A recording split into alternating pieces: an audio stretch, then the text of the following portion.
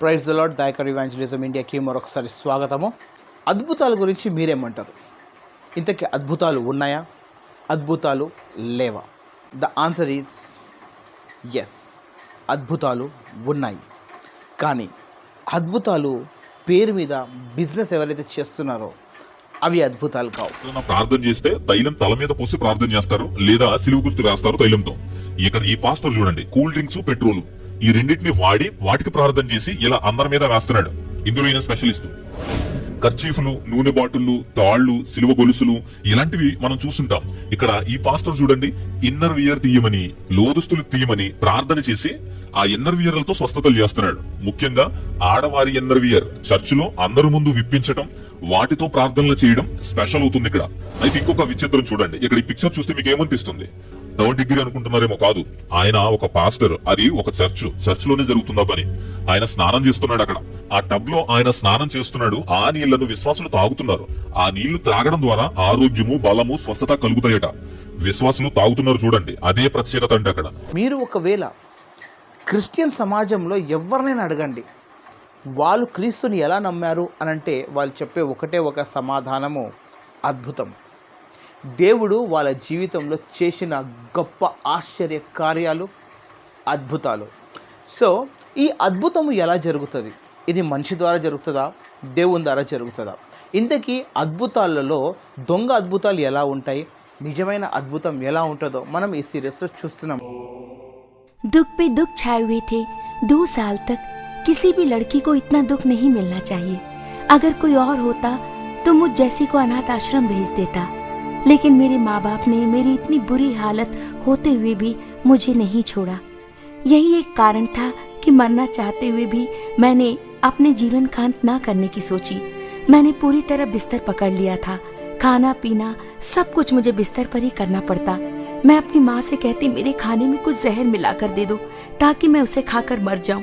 मेरी माँ कहती कि मैं उनके जीने की एकमात्र वजह हूँ। अगर मैं मर जाऊंगी तो उनके जीने का क्या फायदा होगा। मैं अपने पिताजी से पूछती कि मैं कब ठीक हो जाऊंगी और दूसरों की तरह सामान्य जीवन कब जी पाऊंगी। क्या मैं जीवन भर ऐसे ही रहूंगी? मेरे पिताजी मुझे सांत्वना देते और धीरज धरने को कहते। उनकी खातिर मैं भी चाहे जितना भी दर्द होता सहन करने लगी थी। कभी कभी तो दर्द हद से ज्यादा बढ़ जाता। मैं उन पर चिल्लाती और अपनी माँ को बुरा भला भी कहती, लेकिन इन सब के बाद भी उन्हें मुझसे इतना ही प्यार था और वही मुझे जीने की आशा देता। मेरे पूरे शरीर पर रैशेस थे। मैं कपड़ा भी नहीं पहन पाती थी। मैं लेट भी नहीं पाती थी। अगर उठने की कोशिश करती तो लगता कि खून निकल जाएगा। अपने हाथ भी मैं नीचे नहीं रख पाती थी। खून मेरे कानों से भी बाहर निकलने लगता था। शरीर के हर हिस्से में फुंसियां आ गई थी। मैं कुछ खा भी नहीं सकती थी, इसलिए तरल चीजें पीना शुरू कर दिया, लेकिन वो भी मुश्किल था क्योंकि मेरे मुंह, मेरे जीभ में भी फुंसियां थी। पानी पीने में भी तकलीफ होती और सच में अपनी हालत पे बहुत खी जाती तो डॉक्टर मुझे छूने में भी कतराते, और इसकी वजह है प्रभु यीशु की दया। आज इस तरह कपड़े पहन पा रही हूँ, वजह है हमारे परमेश्वर। 4 सालों से मैं कोई ढंग के कपड़े नहीं पहन पा रही थी। तब हमें किसी ने लव ऑफ जीसस मिनिस्ट्री के बारे में बताया, जहाँ जो हर शनिवार को होती है। दूसरे दिन सुबह मुझे उठाकर मेरे माँ पिताजी मुझे गिरजाघर ले गए। भीड़ को देखकर मैं डर गई। उतने मैंने अपने पिताजी से कहा कि मुझे वहाँ से ले जाएं, लेकिन उसी समय अंकल जवाहर सैमुअल जी का प्रचार सुना।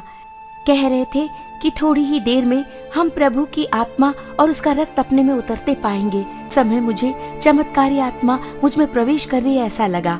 उनकी बातें सुनकर मैंने अपने पिताजी के कंधों पर सर रखा और अंकल का प्रचार सुनने लगी। सभा की समाप्ति के बाद मेरे माँ पिताजी अंकल सैमुअल जी के पास गए और अपने दुखों के बारे में उन्हें बताया। मैं चल भी नहीं सकती थी, चुपचाप कुर्सी पर बैठी थी। अंकल मेरे पास आए। मैं झिझक रही थी।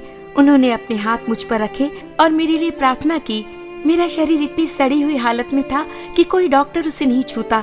शरीर से पीप और खून बाहर रिस रहा था। मुझसे अपनी ये हालत बर्दाश्त नहीं हो रही थी। अपने आप से मुझे घिन आ रही थी। 2 साल तक मैं ऐसी हालतों से गुजर रही थी। अंकल सैमुअल जरा सा भी नहीं झिझके। ये भी नहीं सोचा कि ये रोग कहीं उन्हें न लग जाए। उन्होंने परमेश्वर से प्रार्थना की और आशीष का तेल मेरे पूरे शरीर पर सिर से पांव तक मला। 3 दिनों में ही चंगाई नजर आने लगी। न जाने कितने डॉक्टर के पास गई, न जाने कितनी दवाइयाँ खाई, लेकिन अब तक कोई फायदा नहीं हुआ था। लेकिन जब अंकल सैमुअल ने मुझे छुआ, मेरे लिए प्रार्थना की, तेल मेरे शरीर पर मला, तो 3 ही दिनों में मुझे चंगाई मिली। అద్భుతాలు ఎలా ఉంటాయి, నిజమైన అద్భుతం ఎలా ఉంటుందో మనం ఈ సిరీస్లో చూస్తున్నాం. సో మీకు ఒకవేళ నిజంగా ఇలాంటి వీడియోస్ నచ్చినట్లయితే మీరు జస్ట్ కామెంట్లో థ్యాంక్ యూ అని టైప్ చేయండి. సో ఇలాంటి వీడియోస్ మీ ముందు కంటిన్యూగా తీసుకొని వస్తాను.